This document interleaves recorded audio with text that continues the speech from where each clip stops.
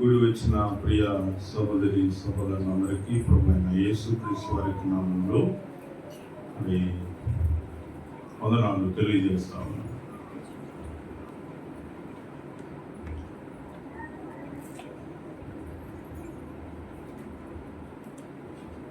మనం ఈరోజు మత్తయి సువార్త 5వ అధ్యాయంలో నుంచి ఆయన కొండ మీద ప్రసంగిస్తున్నటువంటి ప్రసంగాల్లో ఆయన ధన్యతలను చెప్తూ వచ్చారు. నిన్న సాయంత్రం కూడా మేము మామిడిపాలెంలో టెన్నిస్ కోర్టులో అక్కడ జరిగినటువంటి సువార్త కొడుకులో కూడా ఆ ధన్యతలను గురించి మేము నేర్చుకుని ఉన్నాం. మనం క్లుప్తంగా నేర్చుకున్నాం. ఒక ధన్యతల గురించి మనం నేర్చుకున్నాం.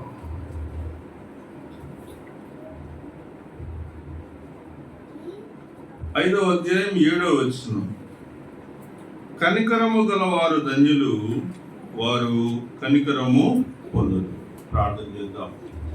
ప్రేమ కలిగిన తండ్రి, కృప కలిగిన దేవా, నమ్మకమైన ప్రభువా యేసయ్యా, నీ పాదాలు వందనాలు, స్తుతులు స్తోత్రాలు చెల్లిస్తా ఉన్నాను.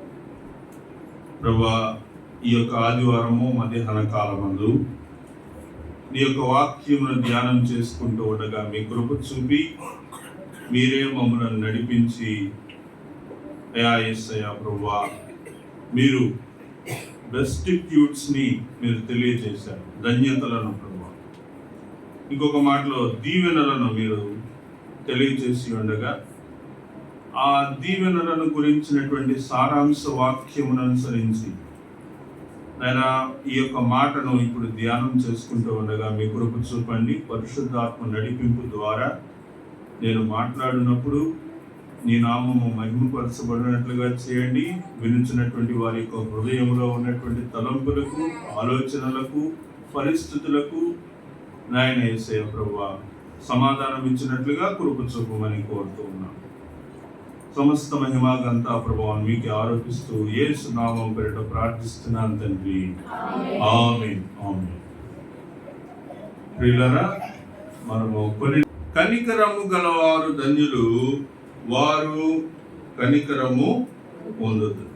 ఈరోజు మనము ఈ మాటను మనం ధ్యానం చేసుకుందాం. ఏంటో చెప్పండి. కనికరము గలవారు ధన్యులు, వారు కనికరము పొందుదు. గతించిన దినాల్లో మనము సమాధాన పరుచువారు ధన్యులు అనే మాట నేర్చుకున్నాం. ఆ తర్వాత సాత్వికులు ధన్యులు అనే మాట కూడా మనం నేర్చుకున్నాం. ఈ యొక్క వారము మనము ప్రియులరా, కనికరం అంటే ఏంటి? మొదట కనికరం అనేటువంటి విషయాన్ని మనం అర్థం చేసుకున్నప్పుడే కనికరము గలవారు ధన్యులు అనే విషయాన్ని మనము అర్థం చేసుకోగలుగుతాం, అనే విషయాన్ని మనము నేర్చుకుంటా ఉన్నాం. కాబట్టి ఈ విషయంలో కొద్దిగా మనం ఆలోచించాలి. ఎందుకంటే ఈ రోజుల్లో ఈ కనికరము అనేటువంటి ఒక అర్థం మనకి లేదు. మన యొక్క తెలుగు భాషలో మనం నేర్చుకునేటువంటి మాటలో అరే కనికరం చూపించరా వాడి మీద అనే మాట గతించిపోతుంది. లేకపోతే ఆ మాట పెద్దగా వాడకంలో లేనటువంటి మాటలాగా ఉంది. కాబట్టి ఈ కనికరము చూపుట అనేటువంటి దానికి ఇంకొక తెలుగు అర్థంగా మనం ఆలోచిస్తే జాలి చూపుట అనే మాట కూడా వస్తుంది అన్నమాట. ఏంటి చెప్పండి? జాలి చూపుట. జాలి చూపుట వలన, జాలి పడుట వలన, ఆ జాలి పడుట వలన దేవుడు మనల్ని ఆయా విషయాల నుంచి తప్పించాడు అని చెప్పటానికి మనకి ఎన్నో రకాలైనటువంటి ఉదాహరణలు మనము చూడవచ్చు అన్నమాట. మరి ఈరోజు మనము ఆయా కొన్ని విషయాల్ని మనము మనకున్నటువంటి సమయం లోపల కొన్ని విషయాలను మనం నేర్చుకుందాం. చూడండి, ప్రభు వారు కూడా ఆయన చెప్పినటువంటి పరలోక ప్రార్థనలో ఆ మాటని మనం చూస్తాం. కనికరం అని కాదు కానీ అక్కడ ఆ కనికరం అనేటువంటి ప్రక్రియను మనం అర్థం చేసుకోగలుగుతాం. 6వ అధ్యాయం 12వ వచనాన్ని మనం చూస్తే, మా రుణస్థులను మేము క్షమించి ఉన్న ప్రకారము మా రుణములను క్షమించుము. మా రుణస్థులను మేము క్షమించి ఉన్న ప్రకారము. నాకు ఒకడు రుణస్థుడు ఉన్నాడు, వాడు నాకు రుణం ఇయ్యాలి, అంటే నా దగ్గర డబ్బులు తీసుకున్నాడు, ఆ డబ్బులు నాకు తిరిగి ఇవ్వాలి. అయితే ఆ వ్యక్తి డబ్బులు ఇవ్వలేకపోయినప్పుడు నేను ఎవరికైతే డబ్బులు ఇవ్వాలో ఆ డబ్బులు ఇవ్వవలసినటువంటి వ్యక్తి ఏం చేస్తాడు, నన్ను బట్టి ఏం చేస్తాడంటే, ఇతను ఇంకా కట్టలేడు, మనం ఇతన్ని విసికించి ఉపయోగం లేదు, కాబట్టి ఇక నువ్వు కట్టొద్దులే, నువ్వు ఇవ్వాల్సిన డబ్బులు నేను మర్చిపోతున్నాను, ఇంకొద్దులే, ఇయ్యొద్దులే అంటే అది ఆ వ్యక్తి నా ఎడల ఏం చూపాడండి? తన యొక్క కనికరమును చూపాడు. కాబట్టి జాలి చూపుట వలన, కనికరము చూపుట వలన అనేటువంటి విషయాన్ని మనం ఈ కోణంలో అర్థం చేసుకోగలుగుతాం.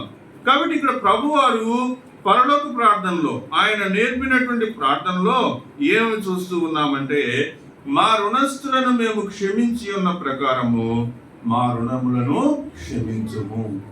నా రుణాన్ని క్షమించు ప్రభువా అని నేను ప్రార్థన చేయాలి అంటే నాలో ఈ మనసు ఉండాలి. ఏ మనసు ఉండాలి? జాలి కలిగిన మనసు, కనికరము కలిగినటువంటి మనసు ఉండాలి. ఎప్పుడు ఉండాలి? నేను నా రుణాన్ని గురించి దేవుణ్ణి అడిగినప్పుడు, ప్రభువా ఈ నెల EMI కట్టాలి, ఈరోజు 2వ తారీఖు, ఈ నెల నాకు ఏముంటుంది చెప్పండి? EMI కట్టాలి. ఫోన్ కొన్నాను, EMI కట్టాలి. ఫర్నిచర్ కొన్నాను, EMI కట్టాలి. లేదా ఏదో ఒక వస్తువు కొన్నాను, దానికి నేను EMI కట్టాలి. లేదా నేను డబ్బులే లోన్ తీసుకున్నాను, దానికి EMI కట్టాలి.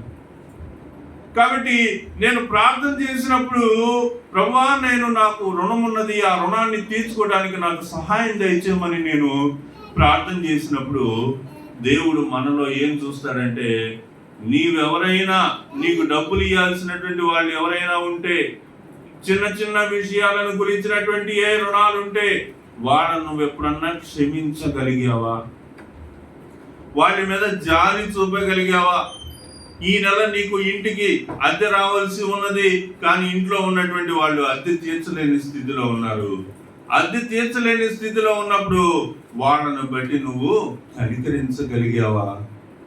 వాళ్ళ మీద నువ్వు జాలి చూపగలిగావా అనేటువంటి ఆలోచన నీకు ఉందా లేదా? ప్రభు ఆ విషయాన్ని ముందు చూస్తాడు. ప్రభువా నాకు ఈ విషయంలో నువ్వు నాకు సహాయపడు అని నేను ప్రార్థన చేసినప్పుడు, ఇలాంటి విషయాన్ని నాకు ప్రార్థన చేస్తున్నాడు కదా, నాకు మొర పెడుతున్నాడు కదా, ఈ విషయంలో సహాయం చేయమని అడుగుతున్నాడు కదా, ప్రార్థన చేస్తున్నటువంటి ఈ వ్యక్తి ఎప్పుడైనా తన యొక్క జీవితంలో ఎవరినైనా క్షమించగలిగాడా? ఎవరి మీదనైనా కనికరం చూపగలిగాడా? ఎవరి మీదనైనా కానీ జాలి చూపగలిగాడా అనేటువంటి మనసు, అనేటువంటి ఆలోచన దేవుడు మన మీద కలిగి ఉంటాడు. మనల్ని చూస్తాడు. చూసినప్పుడు అలాంటి హృదయం మనకుంటే ఆయన కూడా మన యొక్క రుణాన్ని ఆయన ఏం చేస్తాడు? క్షమిస్తాడు అనేటువంటి విషయాన్ని మనము ఆలోచిస్తూ ఉన్నాం.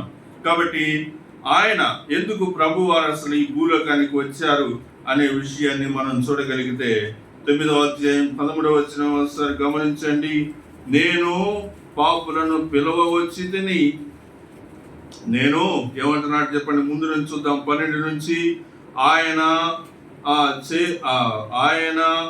ఆ మాట విని, రోగులకే గాని ఆరోగ్యము గల వారికి వైద్యుడక్కరలేదు కదా, అయితే నేను పాపులను పిలువవచ్చి తిని కానీ నీతిమంతులను పిలువరాలేదు కనుక ఏం కోరుతా ఉన్నాడండి? కనికరమునే కోరుచున్నాను. నేనేం కోరుతున్నాను? కనికరమునే కోరుచున్నానని వాక్యం మనకి తెలియజేస్తా ఉన్నాడు. కాబట్టి కనికరమునే కోరుచున్నాను కానీ బలిని నేను కోరటలేదు. కాబట్టి ప్రభువారు ఈ భూలోకానికి వచ్చింది నీతిమంతుల కోసం కాదు, కానీ పాపుల కోసమే. మనం ఎవరమి? నీతిమంతులమా, పాపులమా? ఒక రకంగా మనల్ని మనం ప్రశ్నించుకుంటే మనంత పాపులు ఈ భూలోకంలో ఎవ్వరు ఉండరు. నా మట్టుకు నేను ఘోర పాపినే. నా యొక్క పాపాలన్నీ నేను దేవుని దృష్టిలో ఆలోచించినప్పుడు, దేవుణ్ణి నా ఎదురుగా పెట్టుకొని చూసినప్పుడు, దేవుడికి నాకు మధ్యలో ఏముంటాయి చెప్పండి? పాపాలే కనిపిస్తూ ఉంటాయి. ప్రభువా నా మొర ఇదయ్యా అని నేను ప్రార్థన చేస్తే ముందు నాకేం కనిపిస్తుందండి? పాపం కనిపిస్తుంది. ఆ పాపాన్ని నేనేం చేయాలి చెప్పండి? ఆ పాపాన్ని నేను ఏం చేయాలి? ఒప్పుకోవాలి. ఆ వచనం ఎక్కడుందండి చెప్పండి, ఎక్కడుంది? ఆ సామెతల్లో ఉంటుంది అనుకుంటా. ఆ వచనం చూడండి, సామెతలు 28:13 చూడండి ఒకసారి. సామెతలు 28వ అధ్యాయము. ఆ అతిక్రమములను దాచిపెట్టువాడు వర్ధిల్లడు, వాటిని ఒప్పుకొని విడిచిపెట్టువాడు కనికరము పొందును. కాబట్టి దేవుడికి నువ్వు ప్రార్థన చేస్తున్నప్పుడు, నీ ప్రార్థన సమయంలో దేవుడు నీ వైపు చూసినప్పుడు, నీ ప్రార్థన వింటున్నప్పుడు దేవుడికి నీకు మధ్యలో ఏం కనిపిస్తుంది అంటే నువ్వు చేసినటువంటి పాపాలు కనిపిస్తాయి. పాపాలను నువ్వేం చేస్తావు? ఒప్పుకుంటావా, తప్పుకుంటావా అనేది కూడా ప్రభువు చూస్తూ ఉంటాడు. నీ ఎదురుగా పాపం కనిపిస్తా ఉంది. ఆ పాపాన్ని నువ్వు చూసినప్పుడు పాపాన్ని ఒప్పుకుంటే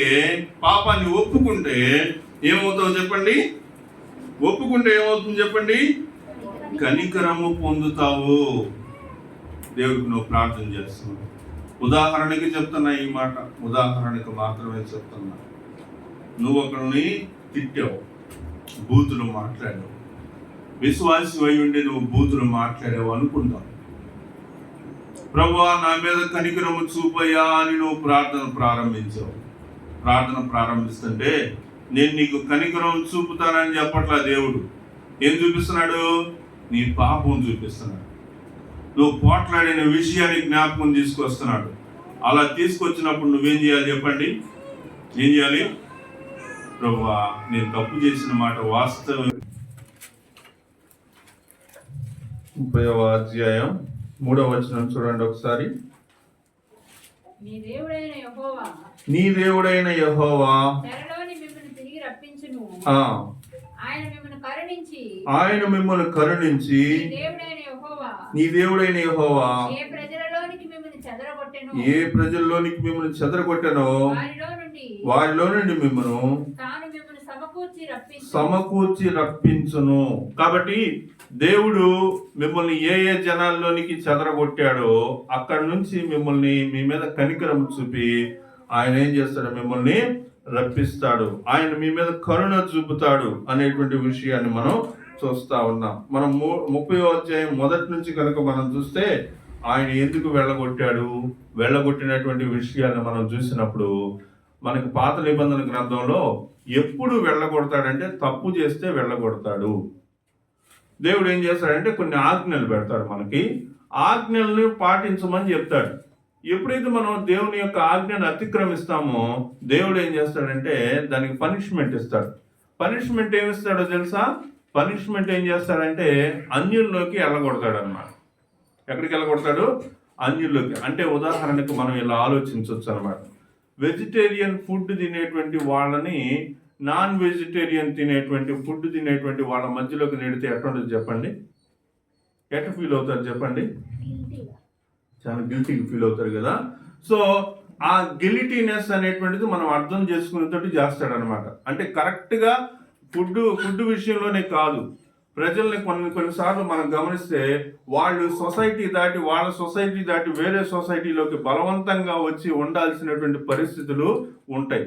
కొన్నిసార్లు మన జీవితంలో కూడా అలానే జరుగుతుంది. అరే ఇంత క్రూరమైనటువంటి ప్రజల మధ్య నేను పనిచేయడానికి వెళ్తున్నానా, ఇంత దయనీయమైనటువంటి ప్రజల మధ్య ఇలాంటి స్థితిలోనా నేను పనిచేయాల్సి వస్తుంది, నేను ఇక్కడ చేయను అనేటువంటి పరిస్థితి మనకు వస్తుంది. చెయ్యకపోయినా తప్పదనమాట. అక్కడికి వెళ్ళి మనం తప్పకుండా చేయాల్సిన పరిస్థితులు వస్తాయి.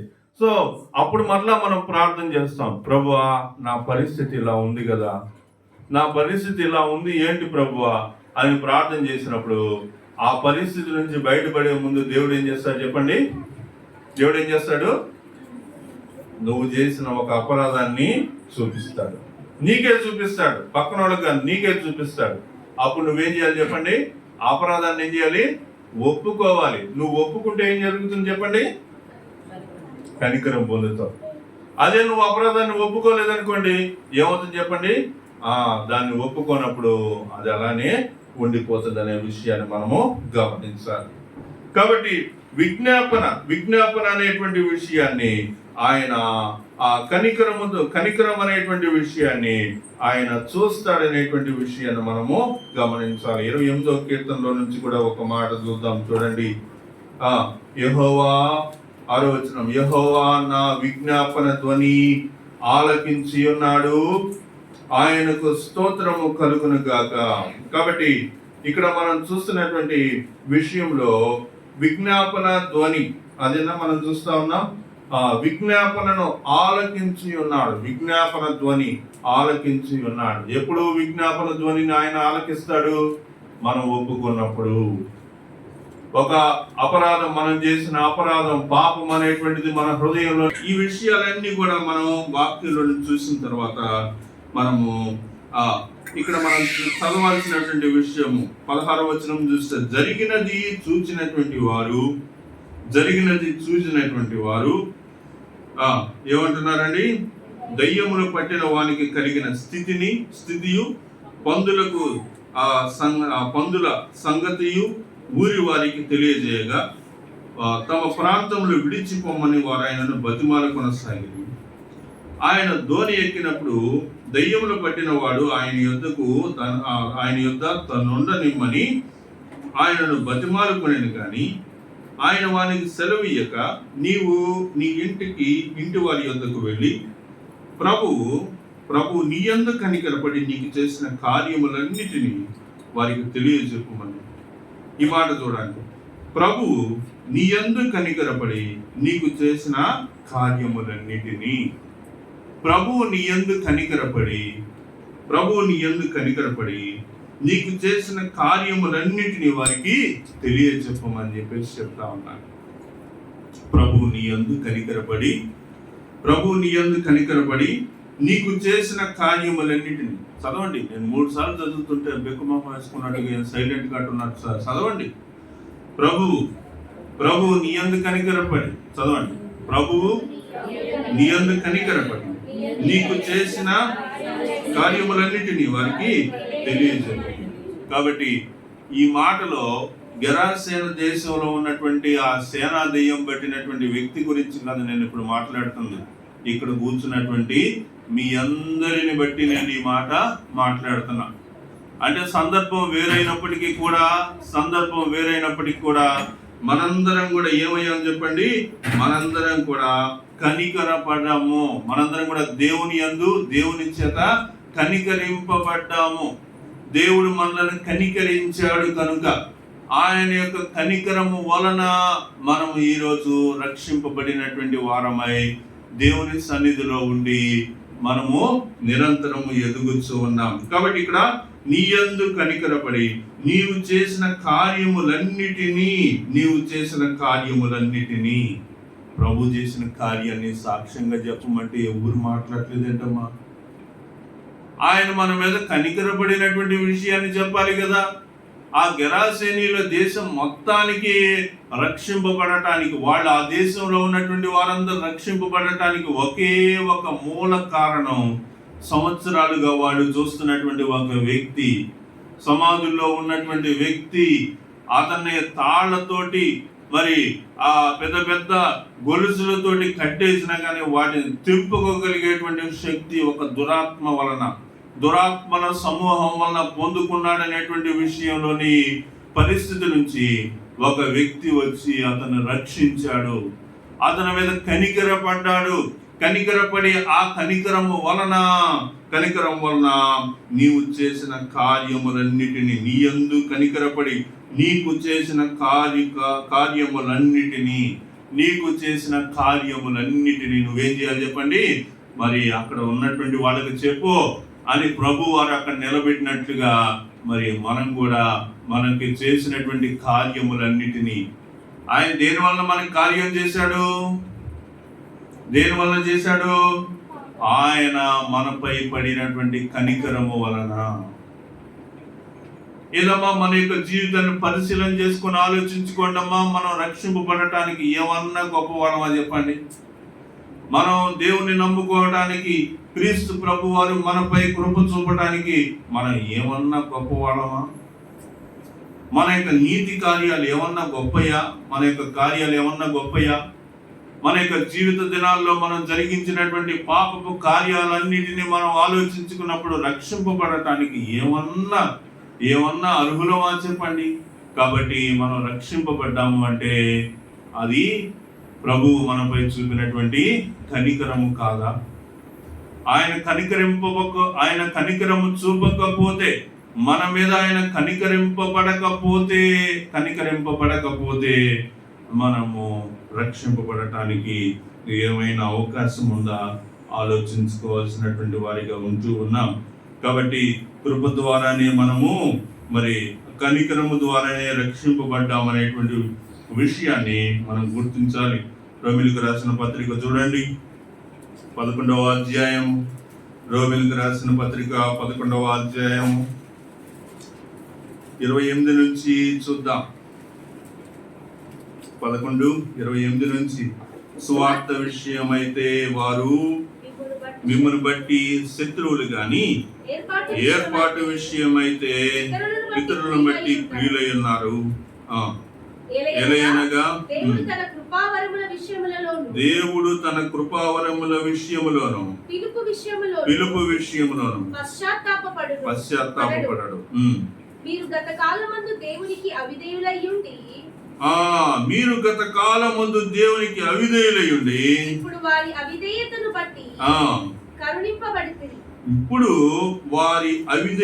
బట్టి కరుణింపబడి ఉన్నారు.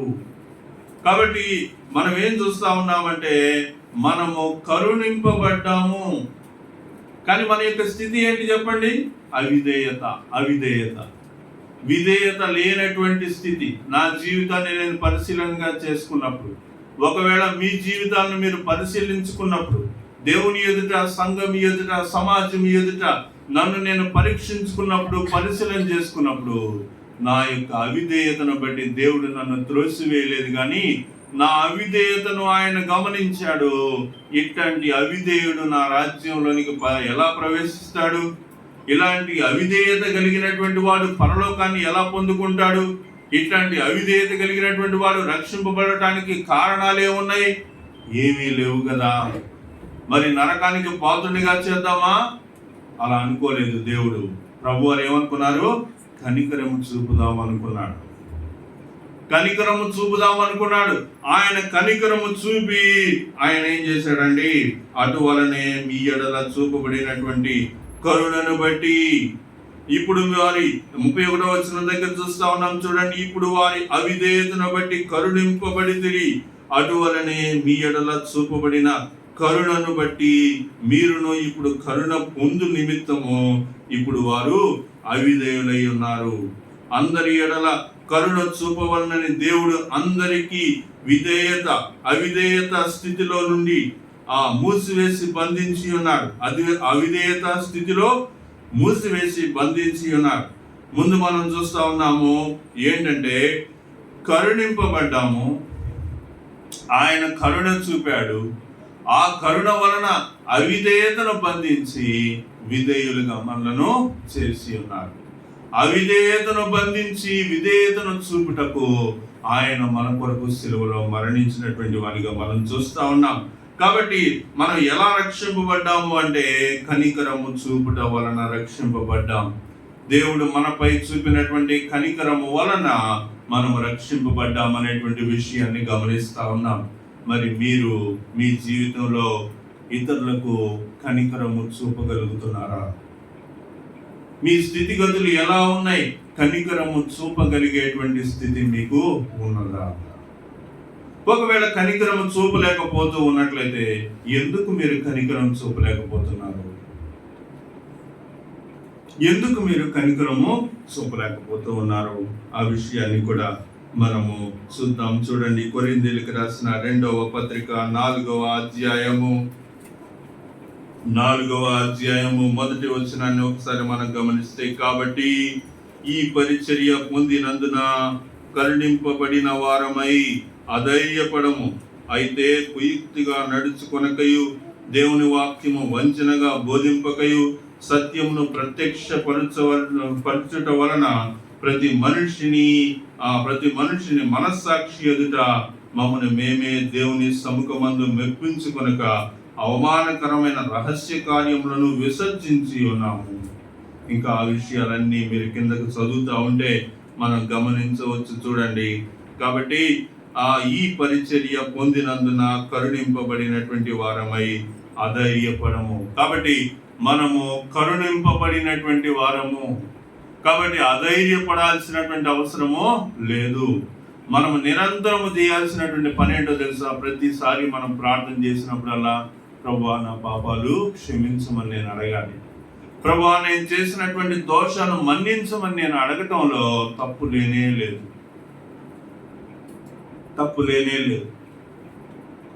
తప్పు చేశాను అనగా నీ హృదయాన్ని నువ్వు నిందించుకోవాల్సిన అవసరమే లేదు.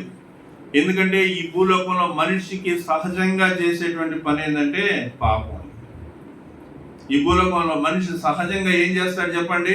పాపం చేస్తాడు. పాము చేసే పని ఏంటి చెప్పండి? పాము చేసే గొప్ప పని ఏం చెప్పండి? పాము దగ్గరికి వెళ్ళి పాము నాకు సహాయం చేయమంటే పాము తన స్టైల్లో తను చేయగలిగిన సహాయం ఏంటంటే కాటేయటం మాత్రమే దానికి తెలుసు.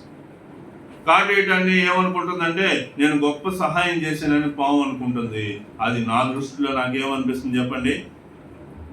అది నన్ను కాటేసిందనే నేను అనుకుంటాను, కానీ సహాయం చేసిందని అనుకుంటానని చెప్పండి. కాబట్టి పాము అలాంటి స్థితి మనది. మన యొక్క జీవితం ఎలాంటి స్థితిలో ఉన్నామని చెప్పండి? పాము లాంటి స్థితి. మనం లోకానికి చేస్తున్నటువంటి వారికి మన సహోదరులకి మనం చేస్తున్నటువంటి పనులు ఎలాంటివి అంటే కాటు వేసేటువంటి స్వభావమే మన యొక్క స్వభావం. నేను మేలు చేశానని నేను అనుకుంటున్నాను, కానీ మేలు కాదు, కీడే మనం చేస్తున్నాము. కానీ అలాంటి దోషులము మరి ఎంతో దుర్మార్గులమైనటువంటి మనలను దేవుడు ఏం చేశాడండి?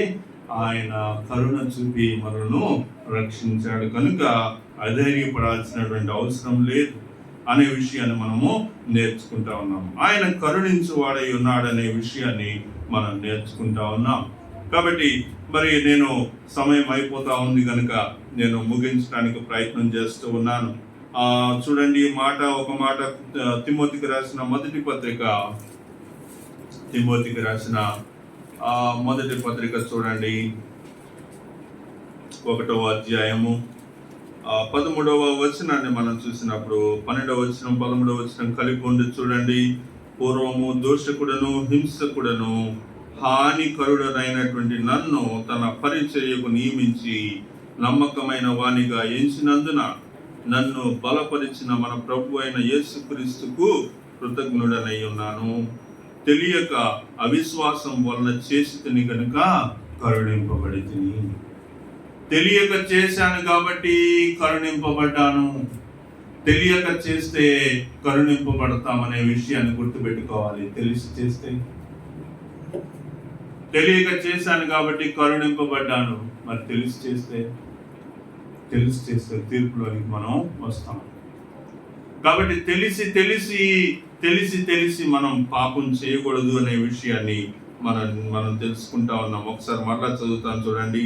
పూర్వము అపోజిట్ పౌలు రాసినటువంటి మాట, ఈ మాటను నా జీవితానికి నేను అన్వయించుకుంటూ చదువుతున్నాను. పూర్వము దోషకుడను హింసకుడను హానికరుడనైనటువంటి నన్ను తన పరిచర్యకు నియమించి నమ్మకమైన వానిగా ఎంచినందున, ఆయన పరిచర్య మనకు దయచేసి ఉన్నాడు కదా. ఆయన ఈ భూలోకంలో మనల్ని రక్షించుకొని మనకేం చేశాడు? తన యొక్క పరిచర్యను మనకు దయచేశాడు. మరి ఆ పరిచర్యను మీరు సమర్థవంతంగా చేస్తున్నారా? మీకు ఇవ్వబడినటువంటి పని ఏదైనా, అది సండే స్కూల్ పరిచర్య, యవనస్తుల పరిచర్య, చర్చిని మరి సిద్ధపరిచేటువంటి పరిచర్య, బోధించేటువంటి పరిచర్య, ఏదైనా మీకు ఇవ్వబడినటువంటి పరిచర్య ఏదైనా కానీ మరి మీకు ఇవ్వబడినటువంటి పనిని మీరు చక్కగా నిర్వర్తిస్తున్నారా? ఇక్కడ అపోస్తలుడైనటువంటి పౌలు చెప్తా ఉన్నాడు, తన పరిచర్యకు నియమించి నమ్మకమైన వానిగా ఎంచినందున నన్ను బలపరిచిన మన ప్రభు అయిన క్రీస్తు యేసుకు కృతజ్ఞుడనై ఉన్నాను. మరి మీరు కృతజ్ఞత చూపుతున్నారా? ఆయన మనకు తన యొక్క రక్షణను ఎలా ఇచ్చాడు అంటే కింద చూస్తా ఉన్నాం చూడండి. తెలియక అవిశ్వాసం వలన చేసి తిని గనుక కనికరింపబడుతుంది. పూర్వము నా యొక్క స్థితిగతులను, నేను చేసిన పాపాలను, నా యొక్క పరిస్థితులన్నింటినీ నేను ఆలోచించి చూసినప్పుడు అవన్నీ పాపాలే, తప్పులే, కానీ నాకు తెలియదు. పాపం అని నాకు తెలియదు. ఇంతకుముందు నేను ఉన్నటువంటి మతంలో, ఇంతకుముందు నేను నమ్మినటువంటి దేవుళ్ళలో, ఇంతకుముందు నా యొక్క జీవిత విధానంలో అవి తప్పు కాదు, అవి తప్పు అని ఇప్పుడే తెలుసుకున్నాను. కాబట్టి నాకు తెలియదు, కాబట్టి నేనేమయ్యాను, కరుణింపబడ్డాను. మరి తెలిసి కూడా చేస్తే, అయినప్పటికీ అపోస్తలుడైన పౌలు ఈ మాట అంటా ఉన్నాడు, ఆయన నాకు తన యొక్క పరిచర్య ఇచ్చాడు కనుక ఆ పరిచర్యను నేనేం చేస్తున్నాను, ఆ పరిచర్య చేయడానికి నమ్మకమైనటువంటి వారిగా నన్ను ఎంచాడు కనుక ఇట్లన్నీ అలానే చేస్తూ ఉంటాయి. కానీ ఒక పక్షి మాత్రం అలా చేయదు. చిన్న పిల్ల అన్నమాట, అప్పుడే ఎదిగినటువంటి. అప్పుడు వరకు వాళ్ళ తల్లి ఫుడ్ తీసుకొచ్చి పెడుతుంది కదా, అందుకని ఇక్కడికి వచ్చి భోజనం చేయమంటే, ఇక్కడికి వచ్చి ఫుడ్ తినమంటే అక్కడ తినదు. ఇంటి దగ్గరే నోటు తెచ్చుకుని నోట్లో పెట్టమని అంటూ ఉంటుంది. కానీ తల్లి ఏమంటుందంటే, నీకు వయసు వచ్చింది, ఇప్పుడు నువ్వు సొంతగా సంపాదించుకునే వయసు వచ్చింది, రమ్మని అడుగుతూ ఉంటుంది. సరే ఎలా కొలా వెళ్తుంది. వెళ్ళిన తర్వాత అక్కడికి వెళ్ళి అలా వచ్చినప్పుడల్లా చూస్తూ ఉంటుంది అన్నమాట. అయితే ఇక్కడ విషయం ఏంటంటే, ఆలోచనప్పుడు ఈ పక్షులన్నీ బయటకు వచ్చేస్తూ ఉంటాయి. మళ్ళీ అలా లోపలికి వెళ్ళగానే మళ్ళీ గబగబ లోపలికి వెళ్ళి అక్కడ వచ్చిన గవ్వలన్నీ ఏరుకొని తింటూ ఉంటాయి. అది ఈ బిడ్డకి తెలియదు కదా, ఫ్రెషర్ కదా, ఫస్ట్ టైం వచ్చింది కదా, బయటికి రాగానే అలా ఒక్కసారి మీద పడిపోగానే తడిసిపోయి ఇంట్లోకి వెళ్ళిపోయి వాళ్ళ అమ్మ పిలుస్తూ ఉంటుంది, రా మళ్ళీ భోజనం ఫుడ్ నువ్వు సంపాదించుకోవాలి రా అంటే, నేను రాను, అక్కడ ఒక పెద్ద అల ఉంది, అది చూస్తే నాకు భయం, కాబట్టి నేను రానని చెప్పేసి ఇంట్లోనే ఉంటుంది. తర్వాత ఆకలి అవుతుంది, ఇంట్లో వాళ్ళేమో ఫుడ్ సంపాదించుకోమని, సొంతంగా సంపాదించుకోమని చెప్తున్నారు. ఏం చేద్దాం, తాడు బిడ్డ తెలుసుకుందామని ఆ పెట్ట ఏం చేస్తుందంటే, ఆ బర్డ్ ఏం చేస్తుందంటే ఇంకెలా పొలా వచ్చింది అనమాట. వచ్చినప్పుడు అక్కడ ఇంకా రెండు ఉంటాయి. అయ్యేంటి అంటే అవి నత్తలు. నత్తలు. ఇదేంటిది, ఇది పక్షి. ఏదైనా సమస్య వచ్చింది అనుకోండి, ఈ పక్షి ఏం చేయగలదు, ఆ నత్తలు ఏం చేయగలరు చెప్పండి.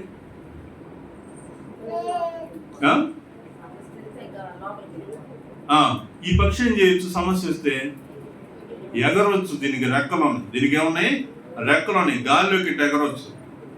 కానీ గాల్లోకి ఎగిరితే అక్కడ సమస్య తీరదు. కాబట్టి పక్కన ఏం చేస్తున్నాయి అని గమనించింది. అవి ఏం చేస్తున్నాయి అంటే నీళ్ళలోకి మునుగుతున్నాయి, మట్టిలోకి మునుగుతున్నాయి. ఎందుకని, వాటికి ఆ నత్తలకు మట్టిలోకి మునిగేటువంటి అలవాటు ఉంది. సో ఇదేం చేస్తుందంటే వాటిని చూసి ఓహో ఇటు చేయాలనుకొని ఇది కూడా మట్టిలోకి ఇటు దొర్లించుకొని నీళ్ళలోకి మునిగింది. అప్పుడు నీళ్ళలోకి మునిగి అల మీదకి వచ్చిన తర్వాత అప్పుడు పక్కన చూపించింది అనమాట, ఇటు తట్టి చూడాలి. అర్థమైందా? ఆ అలలోకి వెళ్ళిన తర్వాత, ఆ సమస్యలోకి ఇరుక్కున్న తర్వాత, అది సమస్యని ఫేస్ చేసిన తర్వాత అప్పుడు చూస్తుంది. అల మీదకి వచ్చినప్పుడు అక్కడ కళ్ళు తెరిచి చూస్తే పెద్ద పెద్ద గవ్వలన్నీ ఎక్కడెక్కడ ఉన్నాయని అర్థమైపోగానే అప్పుడు సంతోషపడింది.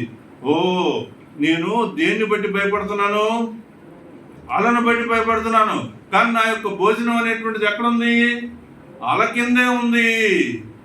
ఎక్కడుంది చెప్పండి, అల కిందే ఉంది అని అప్పటి నుంచి ఏం చేసిందంటే, అల వచ్చినప్పుడు దాన్ని ఏమాత్రం భయపడకుండా దాంట్లోకి లోపలికి వెళ్ళి కళ్ళు తెరిచి, ఓ అక్కడ ఇంతలా పెద్దది ఉందని దాన్ని ఎట్టొక్కట బయటికి తీసుకొచ్చింది.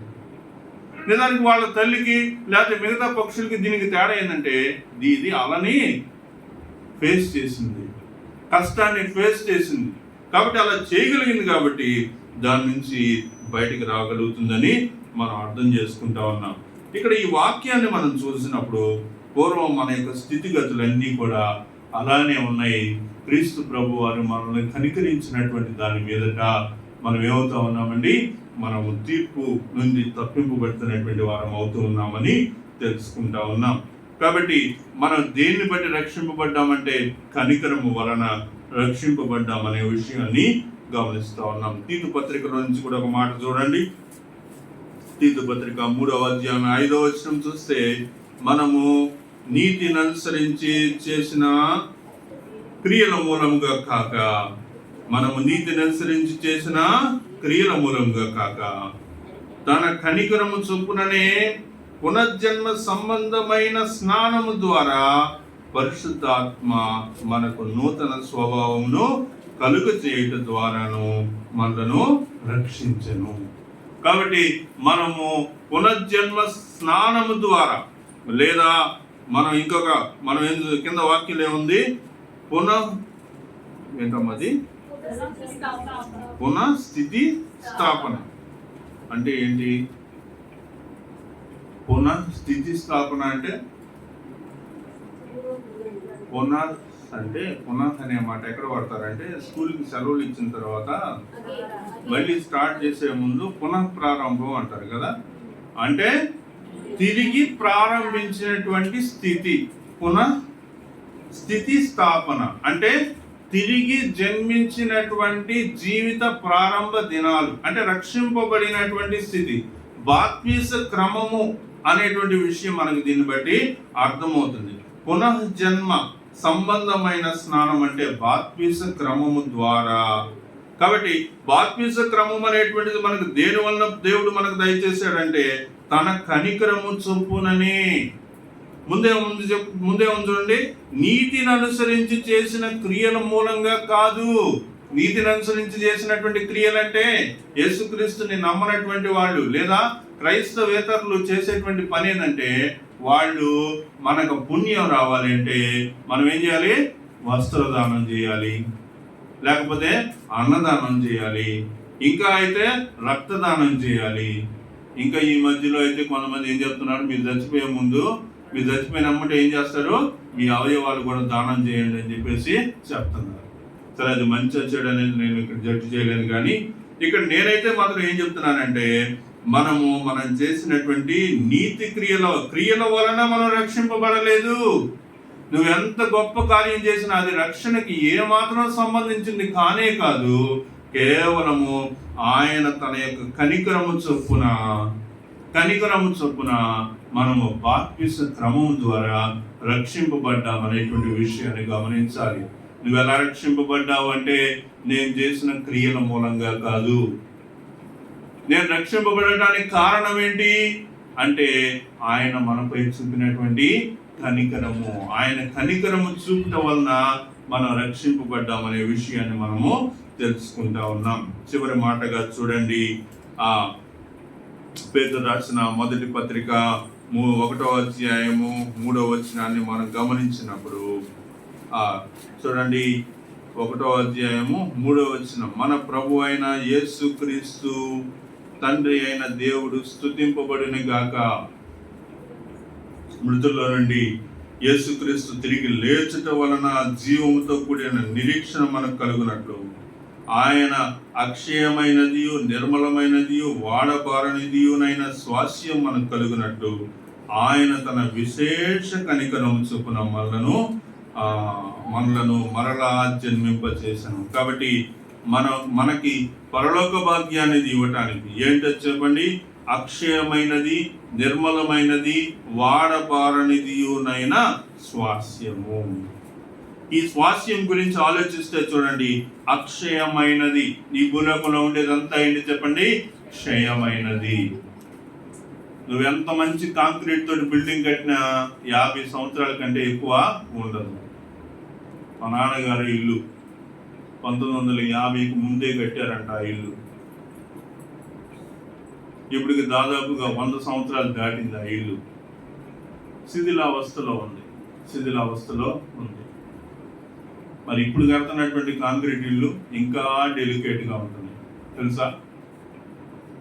కొన్ని అపార్ట్మెంట్స్ చూస్తూ ఉంటే బయటికి నెరలు ఇచ్చేసి గోడలన్నీ కూడా తడిసిపోయి, ఆ బాత్రూమ్ ఉంటుంది అనుకుంటా లోపల, అక్కడ బయట వైపు చూస్తే ఎంత దారుణంగా ఉంటుందంటే భయంకరంగా ఉంటుంది. ఇప్పుడు వచ్చిన కొత్త టెక్నాలజీ అంటే గోడ కడితే గోడ మధ్యలో గ్యాప్ వదులుతున్నారు. ఇంకా చూడండి ఎంత దారుణంగా అవుతున్నాయి. కాబట్టి దేవుడు మనకిచ్చేటువంటిది ఏంటి? అక్షయమైనది, క్షయమైపోయేది కాదు. ఈ భూలోకంలో ఉండేటువంటి ఏదైనా కానీ క్షయమైపోయేది. మనిషి కూడా క్షయమైపోయేటువంటి వాడే. కాబట్టి అక్షయమైనది, నిర్మలమైనది, వాడబారనిదియునైన స్వాస్యం మనకు కలుగునట్లుగా ఆయన తన విశేష కనికరము చొప్పున మనలను మరలా జన్మింపచేసెను. ఇన్ని విషయాలు నేర్చుకున్నాం కదా. ఒకవేళ కనికరం చూపకపోతే ఏమవుద్ది? 5 minutes. కనికరం చూపకపోతే ఏమవుతుంది చూస్తారా? ఒక మాట యెహెజ్కేలు గ్రంథం 7:4 చూడండి.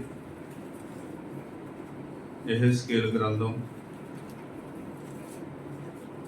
7వ అధ్యాయం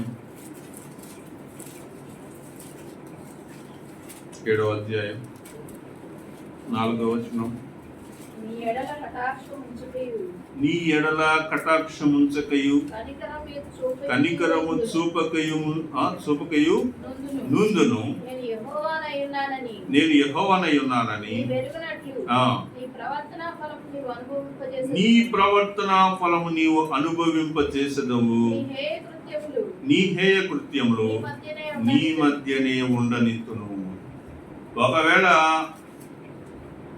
దేవుడు కనికరిస్తాడు, అది మాత్రం ఖచ్చితం కదా. దేవుడు కనికరిస్తాడు. దేవుడు కనికరించినా నువ్వు కనికరించకపోతే, దేవుడు నీ ఎడల కనికరం చూపుతున్నాడు కానీ నువ్వు చూపకపోతే, కనికరం చూపకపోతే ఏం జరుగుతుందంటే నీ ప్రవర్తన ఫలము నీవు అనుభవింపజేసేదను. నీ ప్రవర్తన ఫలము నీవు అనుభవింపజేసేదను. నీ ప్రవర్తన బట్టి వచ్చేటువంటి ఫలము అనుభవించకుండా ఉండటం కోసం ఆయన ఏం చూపించాడు? కనికరం చూపించాడు. ఆ కనికరం నీకు రావాలని ఆయన కోరుకున్నాడు. కానీ నీ ప్రవర్తనలో కనికరం చూపించేటువంటి మనసు నీకు లేకపోతే దానివల్ల ఏంటి ప్రయోజనం చెప్పండి? కాబట్టి కనికరం చూపాలి అనే మాట మనం చూస్తా ఉన్నాం. యోహాను రాసిన మొదటి పత్రిక 3:17 కూడా చూడండి అమ్మా. యోహాను రాసిన మొదటి పత్రిక 3వ అధ్యాయం 17వ వచనం. ఈ లోకపు జీవనోపాధి గలవాడనయ్యుండి తన సహోదరునికి లేమి కలుగుట చూచి అతని ఎట్ల ఎంత మాత్రమును కనికరము చూపని వాని యందు దేవుని ప్రేమ ఎలాగూ నిలుచును. ఈ భూలోకంలో నీ సహోదరి కష్టపడుతున్నారు. వాళ్ళ యొక్క కష్టాన్ని నువ్వు చూసావు, నువ్వు వాళ్ళకు సహాయం పడగలిగినటువంటి స్థితి నీకుంది. అయినా నువ్వు వాళ్ళని పట్టించుకోకపోతే, వాళ్ళకి ఇస్తే మళ్ళీ నాకు ఇస్తారో లేదో అనే ఆలోచనలో నేను ఉంటే దానివల్ల ఏంటి లాభం? ఎక్కడ చూసాం మనం? 3:17 కదా. ఏమంటున్నాడు అక్కడ చూడండి. లేమి కలుగుట, తన సహోదరునికి లేమి కలుగుట చూచి అతని ఎట్ల ఎంత మాత్రం కనికరము చూపని వాని యందు దేవుని ప్రేమ ఎలాగో నిలుచును. మిమ్మల్ని పరిశీలన చేసుకోవాలని. ఇంకా బోలెడు వాక్యాలు ఉన్నాయి నేను చెప్పాలనుకుంటే, కానీ మీరు కనికరింపబడ్డారు. కనికరం మీరు పొందుకొని ఉన్నారు. మీరు పొందుకున్నటువంటి కనికరము, మీ జీవితంలో మీరు పొందిన కనికరము నీ సహోదరుని ఎడల, నీ సహోదరిని ఎడల, సహోదరుడు లేదా సహోదరి ఎడల మీరు చూపలేకపోతే దానివల్ల ప్రయోజనం ఏంటి? మీరు మీ కనికరాన్ని మీ సహోదరిని ఎడల మీరు చూపనప్పుడు దేవుడు మాత్రం తన యొక్క కనికరాన్ని మీ ఎడల ఎందుకు చూపాలి? మీ మీద మీరు చేసిన అపరాధాన్ని బట్టి మీ యొక్క ప్రవర్తనకు సంబంధించినటువంటి తీర్పు, ప్రవర్తన ఫలం అన్నాడు ఇక్కడ. ప్రవర్తన ఫలం అనేటువంటిది మీ మీదకే వస్తే ఎంత భయంకరంగా ఉంటుందండి, ఎంత భయంకరంగా ఉంటుంది. కాబట్టి ఆ ప్రవర్తన ఫలితాన్ని మనం పొందకుండా ఉండటం కొరకు నిజానికి నేను దేని చేత ఏది నా మీదకి రావాలో, ఏ శాపము ఏ పాపం వల్ల వచ్చేటువంటి జీతం నా మీదకి రావాలో అది రాకుండా ఉండటానికి దేవుడు తన యొక్క కనికరం చూపినప్పుడు మనం కూడా మన యొక్క జీవితంలో కనికరం చూపబద్దులమై ఉన్నాం. దేవుడు తన యొక్క పరిశుద్ధ లేఖన భాగాన్ని మన యొక్క వినికిడిలో ఈ యొక్క ఆరాధనలో ఆశీర్వదించి దీవించును గాక.